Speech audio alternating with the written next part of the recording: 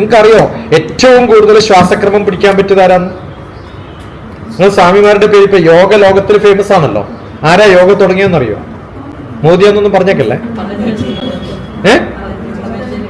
പതഞ്ജലി ഒന്നും നമ്മൾ കണ്ടിട്ടേ ഇല്ല. പോട്ടെ, ഇന്ന് യോഗ ഡേ ഒക്കെ ചിക്കാഗോയില് ആദ്യമായിട്ട് ഭാരതത്തിൽ നിന്ന് പോയി പബ്ലിസൈസ് ചെയ്ത 3 സ്വാമിമാരാണ്. അതിൽ ഒന്നാമത്തെ സ്വാമി ചിന്മയ സ്വാമിയാണ്. അമേരിക്കയിൽ യോഗ ഫേമസ് ആയിട്ടുള്ളത് ജ്ഞാനയോഗമാണ്, ഭക്തി യോഗമാണ്. അത്രയും പ്രഭാഷണം നടത്തിയിട്ട് അമേരിക്ക നടത്തിയ വേറെ ആരുമില്ല. ഉണ്ടോ? അപ്പൊ ചിന്മയ മിഷനാണ്. രണ്ടാമത് സ്വാമി രാമയാണ്. ഇവരെല്ലാം ഒരേ കാലഘട്ടത്തിലാണ്. ചിന്മയ മിഷൻ തുടങ്ങിയ അതേ കാലത്ത് 1970s സ്വാമി രാമ സമാധി പഠിപ്പിക്കുന്നത് അവിടെ. അത് രണ്ടാളും പഠിപ്പിക്കാത്തൊരു സാധനമാണ് ഫിസിക്കൽ യോഗ, യോഗാസനം. അത് പഠിപ്പിച്ച ആരാന്നറിയോ? സ്വാമി ഭുവ.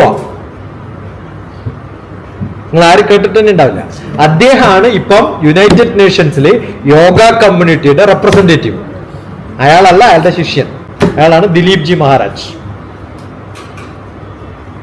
ആ കെയർ ഓഫിലാണ് ഞാൻ അവിടെ അഡ്വൈസറി ബോർഡിൽ. ഓക്കെ, ദിലീപ് ജി ഞാനൊക്കെ കോവിഡ് കാലത്തൊക്കെ കുറേ പ്രോഗ്രാം നടത്തിയിട്ടുണ്ട്. അപ്പോ ഭുവാസ്വാമി അദ്ദേഹം ശംഖ് കൊടുത്താൽ പല പ്രോഗ്രാമിലും എബ്രോഡിൽ പല സ്ഥലത്തും അദ്ദേഹത്തെ കൊണ്ടുപോകാറുള്ള എന്തിനാ അറിയോ? ശംഖ് വിളിക്കും.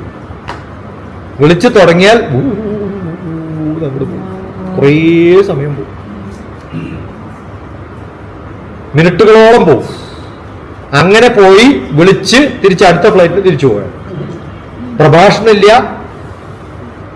അപ്പൊ പ്രാണായാമം ചെയ്യുന്നവർക്ക് എന്ത് ചെയ്യാൻ പറ്റൂ? ശംഖ് വിളിക്കാൻ പറ്റും. അപ്പൊ നമ്മളത് വിളിക്കണം. അത് നമുക്ക് പറ്റില്ലല്ലോ, എല്ലാവർക്കും ശംഖ് വിളിച്ചു കൊടുക്കാൻ പറ്റും.